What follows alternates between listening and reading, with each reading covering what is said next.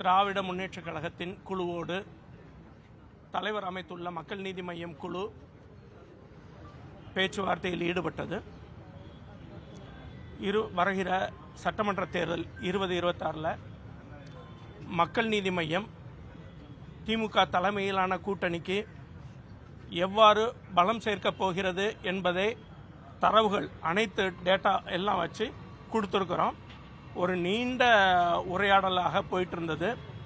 அனுபவம் வாய்ந்த திராவிட முன்னேற்ற கழகத்தின் அண்ணன்மார்கள் எல்லாம் கூட இருந்தாங்க.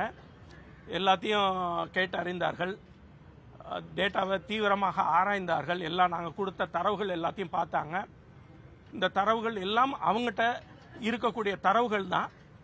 அதை எல்லாத்தையும் நாங்களும் மீண்டும் அவர்கள்ட்ட கொடுத்து எல்லாம் பேசினோம். அவங்க தலைமை நம்ம முதலமைச்சர் ஐயா பார்வைக்கு கொண்டு செல்வதாக கூறியிருக்கிறார்கள். அதே போன்று எங்கள் தலைவர் வழிகாட்டுதல் கொடுத்ததன்படி இன்றைக்கி எல்லாத்தையும் நாங்கள் இன்றைக்கி ஒப்படைச்சிருக்கிறோம். தரவுகள் எல்லாம் வருங்காலங்களில் அடுத்த கட்ட நடவடிக்கை என்னங்கிறது முடிவுகள் எல்லாம் தெரிய இருக்கிறது.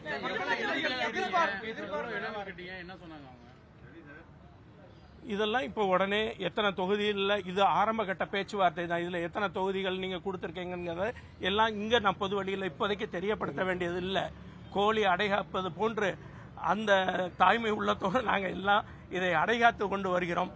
குஞ்சு பொறித்து வரும்போது உங்களுக்கு எத்தனை தொகுதிகள் என்று தெரியும். என்னங்க?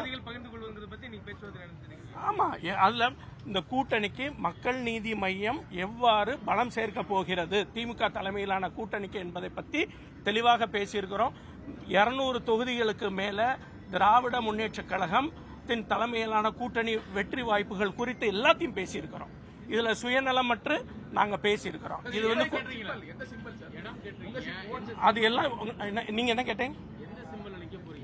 அது எல்லாம் வரக்கூடிய பேச்சுவார்த்தை அடுத்த கட்டத்தில் தெரியப்படுத்த இருக்கிறோம். ரொம்ப நன்றி சார். தரவுகள் எல்லாம் கொடுத்து பேசியிருக்கிறோம். மக்கள் நீதி மய்யம் எங்கெல்லாம் பெர்ஃபார்ம் பண்ணி இருக்குது, வெற்றி வாய்ப்புகள் இருக்குது, திமுகவுக்கு நாங்கள் எப்படிலாம் பலம் சேர்க்க போறோம், கூட்டணிக்கு எப்படி பலம் சேர்க்க போறோம் என்பதை பற்றி தொகுதி வாரியாக நாங்கள் பிரித்து பேசியிருக்கிறோம். ரொம்ப நன்றி.